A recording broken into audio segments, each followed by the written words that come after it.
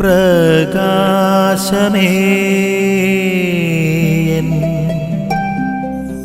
മിഴി തുറക്കുക വേഗം. ഇന്നത്തെ തിരുവചന ഭാഗത്ത് നമ്മൾ പരിചയപ്പെടുന്ന ഒരു വ്യക്തിയാണ് നിക്കോദേമോസ് എന്ന് പറയുന്നത്. നിക്കോദേമോസ് എന്ന് പറയുന്നത് അന്നത്തെ യഹൂദ പാരമ്പര്യത്തിൽ യഹൂദരുടെ പ്രധാനപ്പെട്ട സഭയായിട്ടുള്ള സൻഹദ്രീൻ സംഘത്തിലെ ഒരു അംഗമായിരുന്നു. അതായത് യഹൂദ സംസ്കാരത്തിലും യഹൂദ ജനതയുടെ ഇടയിലും അവന് വലിയൊരു പരമോന്നതമായിട്ടുള്ള ഒരു സ്ഥാനമുണ്ടായിരുന്നു. വിശുദ്ധ ഗ്രന്ഥത്തിന്റെ താളുകൾ മറിക്കുമ്പോൾ നിക്കോദേമോസിന്റെ വിശ്വാസത്തിന്റെ ക്രമാനുഗതമായ ഒരു വളർച്ചയെ നമുക്ക് കാണുവാനായിട്ട് സാധിക്കും. രാത്രിയിൽ രഹസ്യത്തിൽ ആത്മീയ സത്യങ്ങൾ അറിയുവാനായിട്ട് ആഗ്രഹിക്കുന്ന ഒരുവനിൽ നിന്ന് പരസ്യമായിട്ട് വിശ്വാസം ഏറ്റുപറയുന്ന ഒരു തലത്തിലോട്ടുള്ള നിക്കോദേമോസിന്റെ വളർച്ച നമുക്ക് വിശുദ്ധ ഗ്രന്ഥത്തിൽ കാണുവാനായിട്ട് സാധിക്കും.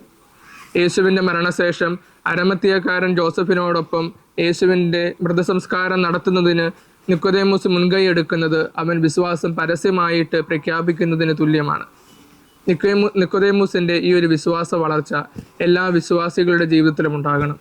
നമ്മളുടെ വിശ്വാസ ജീവിതത്തിന് ഒരു ക്രമാനുഗതമായിട്ടുള്ള ഒരു വളർച്ചയുണ്ടാവണം.